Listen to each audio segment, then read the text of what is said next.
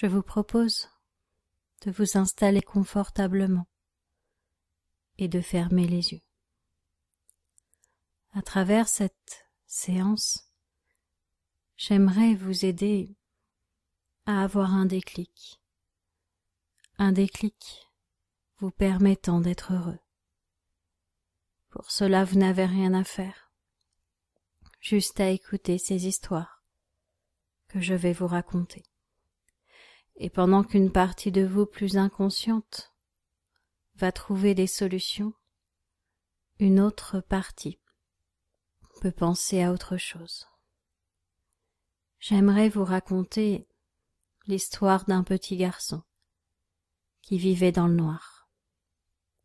Ses yeux s'étaient habitués à l'obscurité, mais ce n'était pas pratique de vivre ainsi.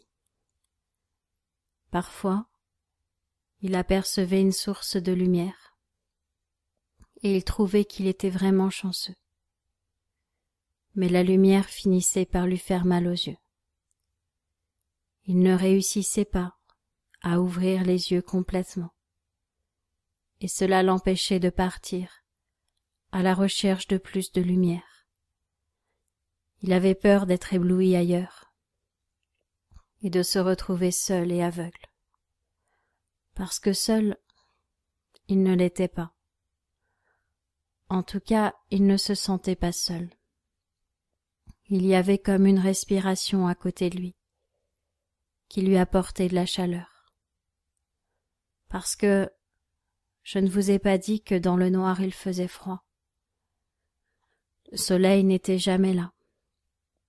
Et parfois, il se serait même blotti contre un ours dangereux pour avoir chaud. Il savait bien que tous les ours n'étaient pas comme Balou, du livre de la jungle. On lui avait fait croire qu'avec ce dernier, il n'avait rien à craindre. Mais la réalité était moins rose que dans les contes de fées. Les loups étaient féroces et l'auraient dévoré.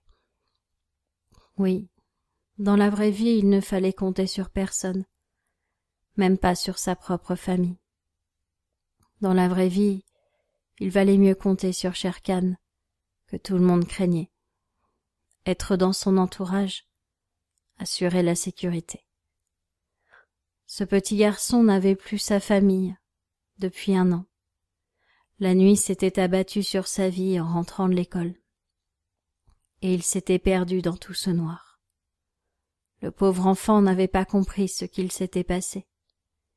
Il ne s'était pas douté que sa famille l'avait cherché. En vain, désespéré. Oui, à l'époque il ignorait encore que sa famille l'aimait. Il faut dire que l'obscurité lui faisait voir les choses en noir, et qu'elle le contraignait à tout interpréter.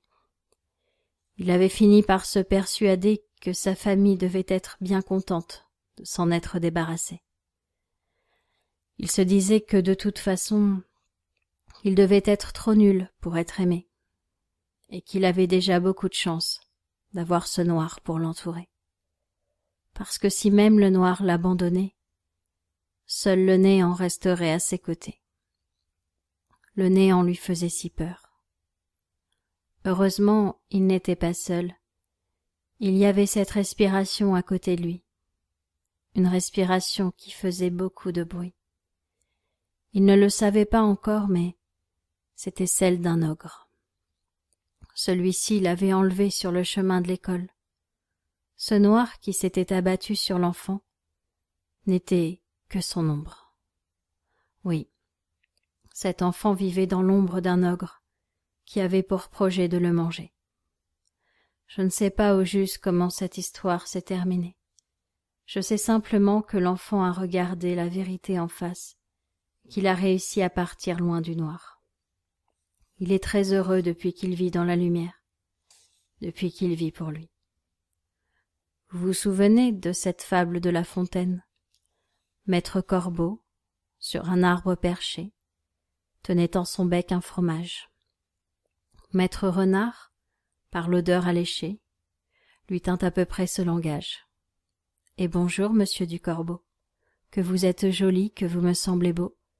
Sans mentir, si votre ramage se rapporte à votre plumage, vous êtes le phénix des hôtes de ces bois. » À ces mots, le corbeau ne se sent pas de joie, et pour montrer sa belle voix, il ouvre un large bec, laissant tomber sa proie.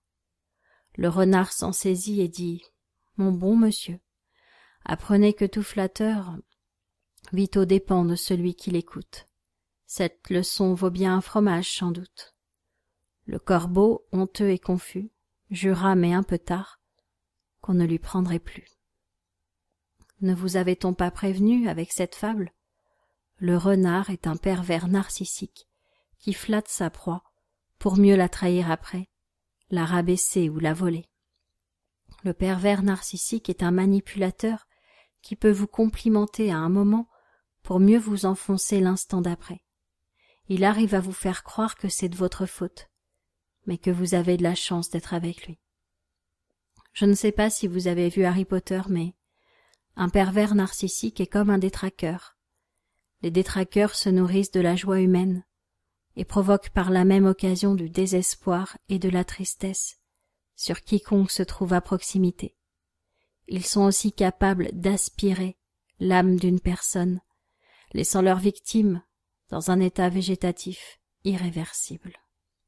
Heureusement, dans la réalité, on peut se sortir des griffes d'un détraqueur, on peut récupérer son âme et sa joie de vivre.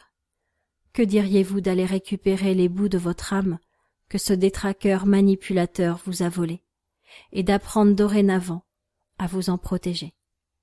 Imaginez que vous allez voir cette personne qui vous a manipulé, qui vous a rabaissé, qui vous a maltraité, et que vous récupérez tous les bouts de votre âme, comme si vous aviez été un vase brisé en 1000 morceaux. Vous ramassez chaque morceau et vous le reprenez pour vous sentir complet, pour vous sentir entier.